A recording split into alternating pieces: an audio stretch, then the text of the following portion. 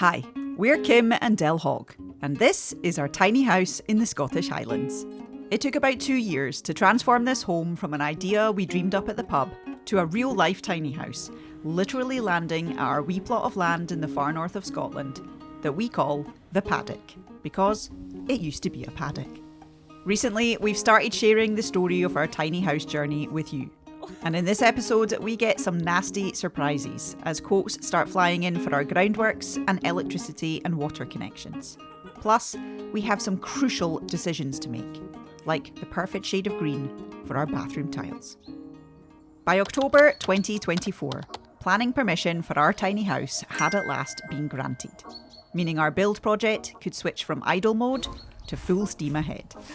Echo Living, the small company we'd found to design and build our home in their workshop in Dumfries and Galloway, penciled us in for their next build slot. While we waited for that to commence, it was time to get the ball rolling with the other essential elements of our project, the groundworks and our connection to water and electric services. Sam at Echo took charge of coordinating quotes for all three, which was just brilliant, seeing as we had no clue how to go about this, or the specifics of what we actually needed quotes for. He applied for new connection quotes for water with Scottish Water and electricity with SSEN. He also reached out to a few groundworks companies local to our plot to request quotes for the work needing done on site.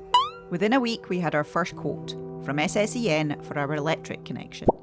We received a budget estimate first, giving a ballpark figure of how much our new connection would be, after which we could progress to a formal quotation offer. This budget estimate included a detailed drawing of where our supply would come from, which turned out to be close by, from a substation serving our neighbours' houses. Cables would need to be laid from the electricity pole in the field behind us and lead through the gate at the back of our plot to our house. As we don't own this field, a way-leave agreement with the farmer would be needed to carry out these works. The estimate for our connection to the electric grid was between £5,100 and £6,100, about 3 times more than our own guesstimate, which left us with a very uneasy feeling about the escalating costs of the project. Meanwhile, as we waited to hear back about more quotes, Del and I were wrapping up our 8-month filming project with historic tall ship Bessie Ellen and heading to Glasgow, where we'd be very happily flat-sitting for friends for a few months while they were away travelling. With our tiny house finally greenlit, my thoughts turned excitedly to sofas and fabrics and tile samples. All the things I knew might take a while to decide on, because they'd be big features in the house. And because Del and I had to agree on them.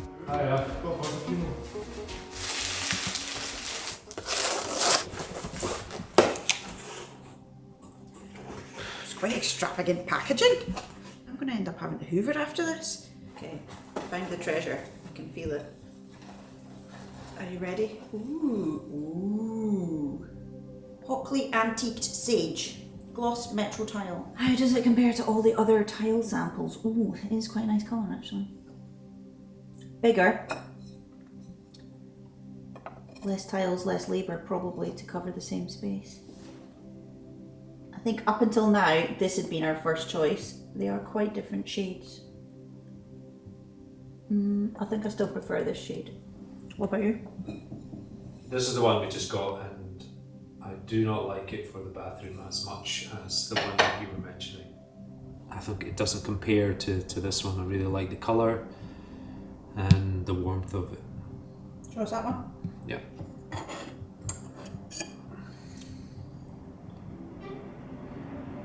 And this is it, the same one, but completely matte, whereas this is a satin finish. Nicer reflection from the gloss, particularly for a small bathroom. So the tile sample collection continues. There's more to open as well. Is there? I think these are all more shades of green.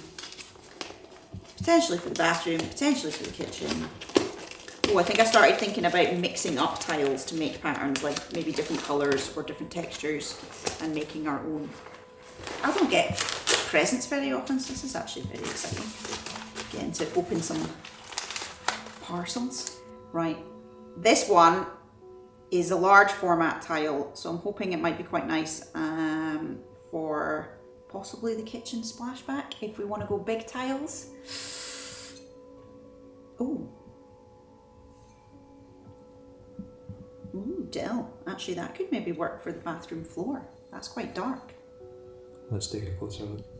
So it feels nice. It's got some good texture, bit of grip.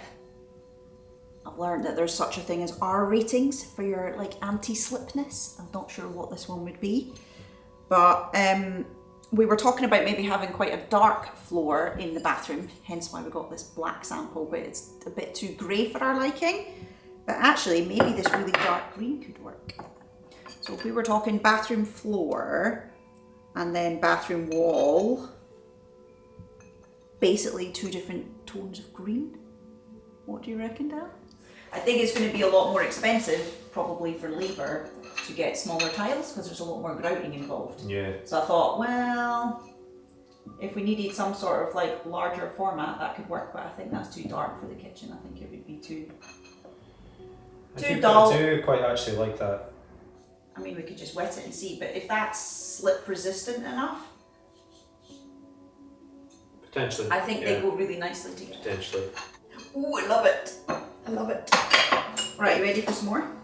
Oh, there's more. Yeah, I think for me this it hints too much on the blue. If we were going to go with these Kit Kat tiles, I would prefer these ones. Maybe we have like the darker colour and then the lighter colour. Can I tell you what I don't like about it?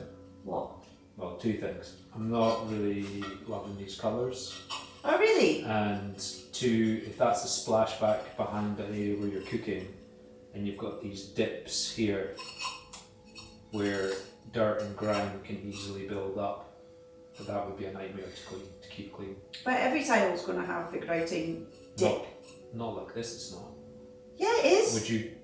Unless it's a large format tile, it's going to have grouting lines. Not as much as this, and not as deep as this. It's unusual for tiles to have this. It is unusual for tiles to have this deep a groove. I'm not liking that for. Because it's difficult to clean. Yeah, it's an important factor. One which you may not know very much about, but it is important. It is important. That does feel really nice though, Dan. It might be inconveniently deep grooves for cleaning, but I'm getting a lot of joy just out of stroking this right now. Top pick for bathroom so far. Probably investigate this for the flooring more. I think they look really nice together. The next quote we received was for our groundworks, and the elation we'd felt following the granting of our planning permission quickly soured. The groundworks at the paddock were an essential part of our tiny house project, as without them there'd be nowhere to put our house, no connection to services, and no way to access the plot. The work needing done included the formation of a service bay, access track and parking area, the levelling of the ground where our house would sit, and the laying of either strip foundations or screw piling foundations, a connection to the existing septic tank, and the digging of trenches for the water and electric connections. The budget for the groundworks had always been an unknown, but our best guesstimate, and I suppose hope, was that they would be in the region of £10,000 to £20,000. But the first quote came back at a staggering £60,000. We were shocked, as was Sam at Echo. This was an entirely unrealistic amount for us to afford, and I pretty much just cried all day thinking our tiny house dream was falling apart. The quote was from a company based just a few miles from our plot, but they usually work on large-scale projects like wind farms and regional hospitals. And we had to hope that in reality, they didn't want a job as small as ours, so they had just thrown a ridiculous figure at it. And the other quotes would come in at a more reasonable amount. Sam scaled back the drawings for the parking area in an effort to reduce material and labour costs for this portion of the groundworks. And we actually preferred this option anyway, as it had a more minimal impact on the existing land.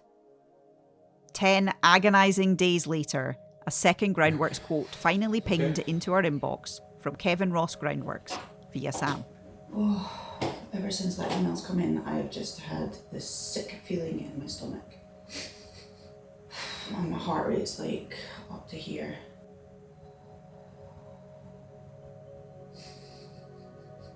Okay, better news, he says, better news. it is extraordinary how two quotes can be so different. Okay, that's making me feel better. Do you want to look at the actual quote? No, I have not had any others back. That probably means they have too much work on. One contractor who could not carry out the work as he was retiring phoned and recommended Kevin. Let me know what you think and feel free to call me if you want to chat us through. Okay.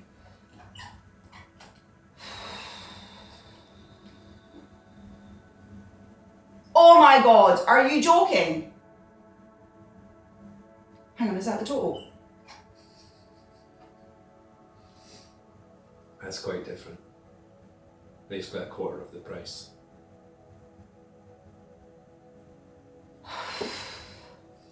Does that make you feel a bit better? Yeah.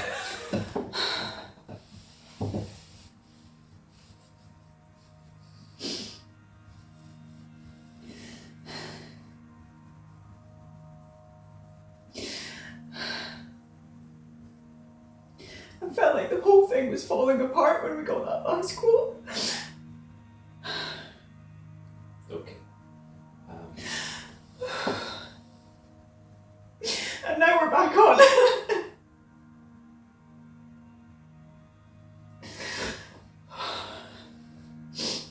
Well, it's good news.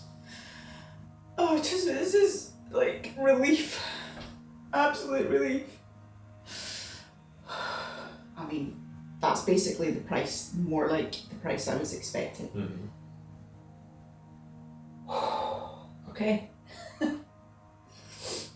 So I think what Sam's basically suggesting is that even though we put out other quotes, basically if nobody else has gotten back to us, it probably means they're too busy to take on the work. And quite frankly, if all the Kevins are great Kevins, remember?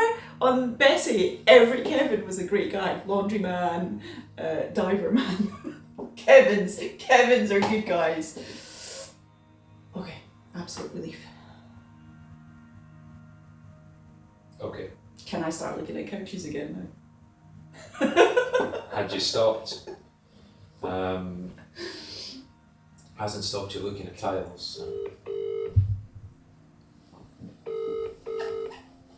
Hello. Hi Sam, it's Kim and Del. How are you? Hi, I'm good. How are you? Yeah, good, thanks. Much better. Much better. It seems utterly bizarre, and you know, I don't think you're getting a kind of lesser quality construction company.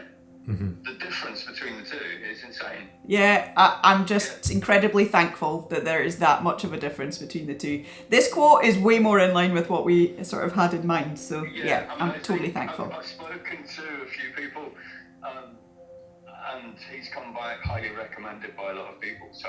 Good. So just to clarify, the car parking area that he's quoted for on this is the kind of like redesigned one where it's all over on the... Yeah, the rough design that you did had the cars sort of parking facing east. Do you think it could work with them sort of parking facing north and the turning? I think so, definitely. The easiest way of doing it is the hammerhead type thing. So essentially you have a kind of bit that you park in, a bit that you reverse into, and a bit that you drive back out. Yeah. Yeah. And that can be in any direction and form. I think if we have the cars facing north or car, it will be less likely to be in our field of vision out of the front windows. Sure. The other thing that stands out to us is if the parking is going to be there, it seems to make sense to move the location of the house, the cabin, a little bit further to the east. Would that work with planning? I think, to be honest, I don't think planning would worry very much one way or another. I'll have a look at the levels. There was a kind of obvious flat area. Yeah. And that might well continue anyway. But I don't think it will make a blind bit of difference. Essentially, we're thinking that the eastern side of the house is in line with the eastern side of the fence that's currently around the septic tank. And if we move the whole house that little bit further east, we've just got an even clearer sort of vision, field of view out the front windows, and trying to keep the cars out of sight as much as possible in the hard standing. It's still within the boundaries of the previous house that had the planning. Exactly. So it's not going to be something they're going to go, whoa. Yeah, and it wouldn't be any further forward or backwards in the plot, so it shouldn't affect things in relation to the neighbouring building. Yeah.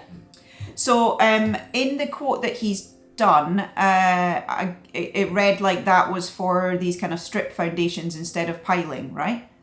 Yeah. Yeah. Okay. And do you think that is the preferred? Well, I think it's the simplest in as much as it just means that it's there, it's done, it drops it on. And for the most part, we don't do that because we don't like using concrete if we can help it. But I think in this instance, it's probably a wise thing to do. So the screw piles are good and they do work, but equally we don't know. Again, if there's big stones and stuff in there, it might be more difficult. So I think, if he can do that, it's probably the way to go for this particular build. So what does that involve? Is that him leveling? If you imagine digging a trench, same as any trench, it'd be something about 300-400 mil wide, and doesn't have to be that deep. They fill that with a layer of concrete about 150 mil deep, that has a couple of rebars in it. Just so it's like creates a strong beam in the ground. Yeah. And on that beam, they would just put a series of blocks, standard, concrete building blocks. Yeah. That bring a level line above the ground, and we want the kind of the lowest point of that above the ground to be about 150 mil above the ground. So there's always a clear board under it gives us two lines two level lines that would be parallel with the building that the building sits on. Yeah. I mean, it's just a very simple way of doing it. There would be an air flow underneath it, so you're not sealing that in. So I think it is probably the easiest and simplest way of doing it. And so would the building be secured to these blocks some way, or just the weight of the building sitting on it is secure enough? To be honest, the weight of the building would be secure enough, but we can put tie-down straps with little kind of galvanized metal strips that fit onto the blockwork that we can then bolt the building to as well. So you can bolt to this. Okay. But to be quite honest, it's not going to need it. Okay, so where do we go from here then, and what kind of timeframes would we be looking at with you guys with building, and then like coordinating the groundworks? Like, do you have roughly an idea? So we were going to try and send possibly today our quote. Yeah.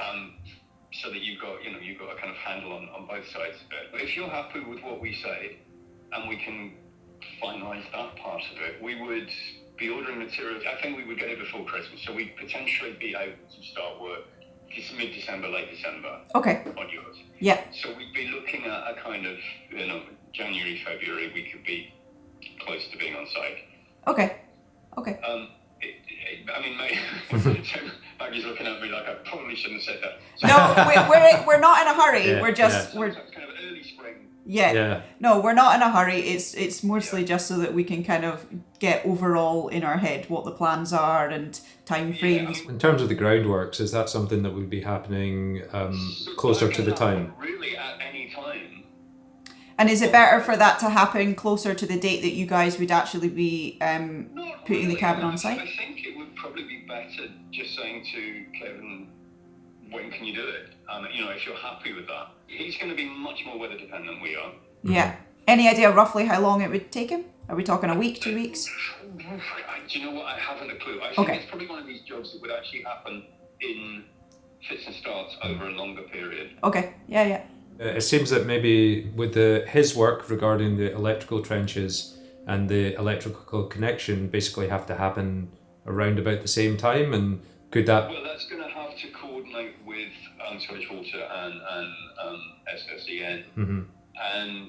But he can dig trenches. I guess the thing that occurs to me there is if we're getting trenches coming through the farmer's field round the back of the property... He's not going to want them open for any... No, because he does have sheep in that field. I think he's probably flexible enough and local enough that he can do, say, part A at any point. Yeah. And come back and do part B. So how should we proceed with Kevin then? Are you okay to keep sort of liaising with him and? Yeah, I mean, I'm quite happy. I mean, on the basis of, are you happy to accept that quotation on the basis of what he's written? I suppose because that's the next thing to say. Yeah, I'd say so. Yeah. Given that we don't have any other options, given that this is a quarter of the quote that came in from the other company, and the recommendation of the guy who was retiring, it seems like it seems like the best option, of course. Yeah. I think it does. Right, cheers. We'll speak soon. Bye. Yeah, Thanks, cheerio.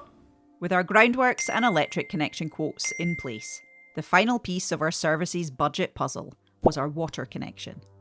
It took about 3 weeks for this to come through, and thankfully the quote was much less scary than the one for the electric. The quote from Scottish Water included a diagram of the existing infrastructure and the proposed connection plan. The good news was that the water pipe already ran through our plot, so we wouldn't need to dig up the public road, which requires road closure permits and additional expense. In total, the new connection came in at £1,150, and we had 6 months to accept the quote. With quotes for our water, electric and groundwork secured, the final quote we were waiting for was the biggie, the cost of our actual tiny house build, which we'll get into next time. See you then!